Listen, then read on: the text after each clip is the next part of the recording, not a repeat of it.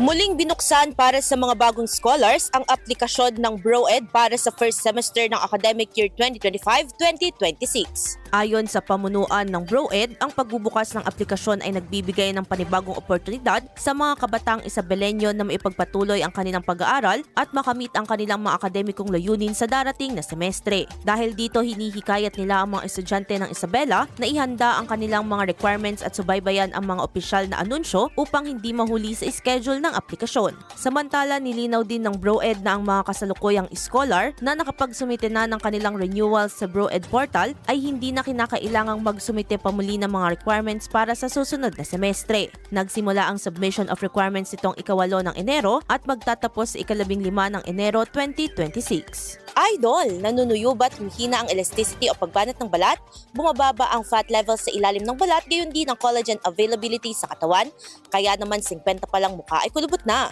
Para mapigilan ang mabilis na pagtanda, mag-DTX 500 na.